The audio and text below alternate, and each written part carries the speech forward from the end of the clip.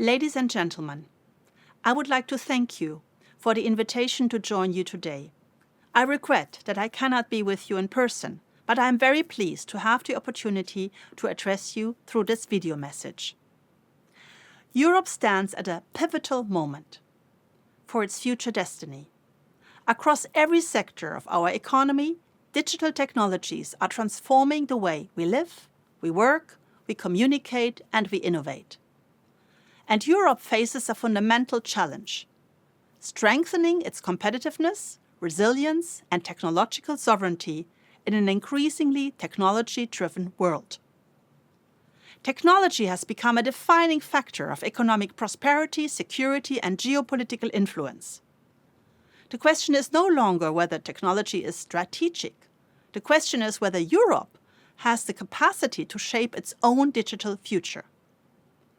This is the ambition behind the European Technological Sovereignty Package, which we presented in the Commission on the 3rd of June. This package reflects an important shift from regulation to innovation and capacity building. It's about reducing strategic dependencies. It's about strengthening resilience. And it's about ensuring that Europe possesses the technologies, the infrastructure, and the industrial capacity needed to compete globally. And the facts are not good. Today, more than 70% of Europe's cloud market is controlled by non-European providers. Europe produces less than 10% of the world's semiconductors and remains heavily dependent on technologies developed elsewhere. The Tech Sovereignty Package addresses these challenges through a comprehensive set of initiatives. The Cloud and AI Development Act will accelerate the deployment of highly efficient data centers and computing infrastructure. A future Euro-Cloud Federation will enable member states to pool and share cloud and computing resources more effectively. And the revised CHIPS Act will strengthen Europe's semiconductor ecosystem and reinforce the resilience of critical supply chain. And through our open source strategy, we will promote interoperability, flexibility, and technological choice across the European economy.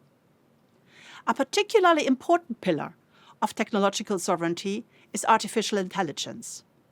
AI is shaping productivity, competitiveness, and innovation across virtually every sector of the economy.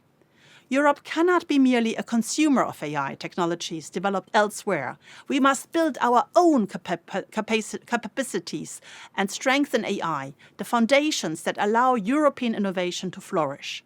Europe has to become a maker of AI. This means investing in computing infrastructure, in data capacity, talent, research excellence, and the deployment of AI solutions across the economy. It means ensuring that European companies, researchers, startups, and public administrations have access to the resources they need to develop and to deploy advanced AI systems. Through the Apply AI strategy, we are accelerating AI adoption across key sectors, including manufacturing, energy, healthcare, and cultural and creative industries. Our objective is not only to develop AI in Europe, but to apply it at scale throughout the European economy, translate technological excellence into productivity gains, economic growth, and global competitiveness. Achieving these ambitions also requires the right digital infrastructure. At the heart of Europe's digital transformation are digital networks. They enable the flow of data that powers innovation, productivity, and economic growth. Without robust, secure, and high-capacity connectivity, there can be no meaningful digital transformation. In this context, the proposed Digital Networks Act seeks to modernize Europe's connectivity framework and to strengthen the foundations of a genuine digital single market. A key objective is to reduce fragmentation and create more consistent rules across Europe. A more harmonized authorization framework, including a European single passport, will make it easier for operators to provide services across borders and benefit from the scale of the single market. The spectrum provisions of the Digital Networks Act pursue the same objective.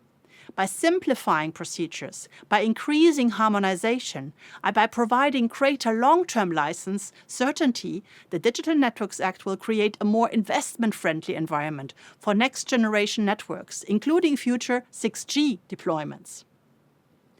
Satellite communications are becoming increasingly important for Europe's resilience, security, and technological sovereignty.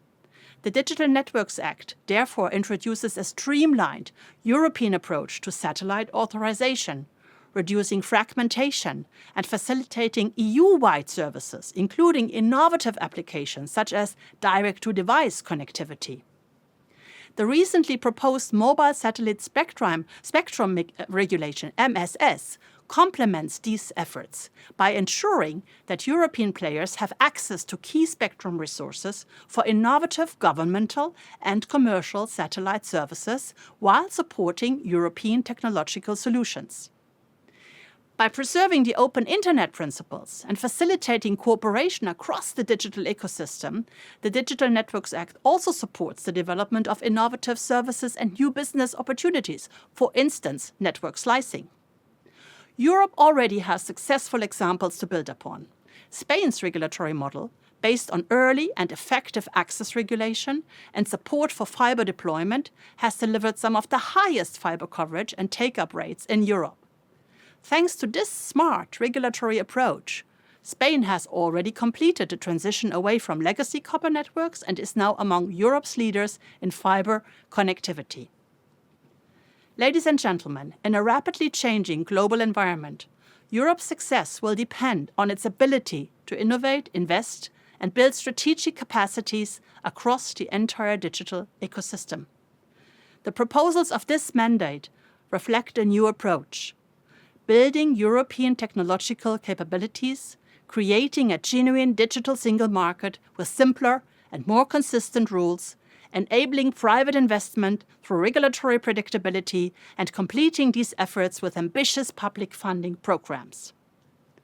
By combining technological sovereignty, AI leadership, world-class connectivity, and a vibrant innovation system, Europe can build a digital future that is competitive, secure, and built on strong European capacities. Thank you very much. I wish you a very successful event.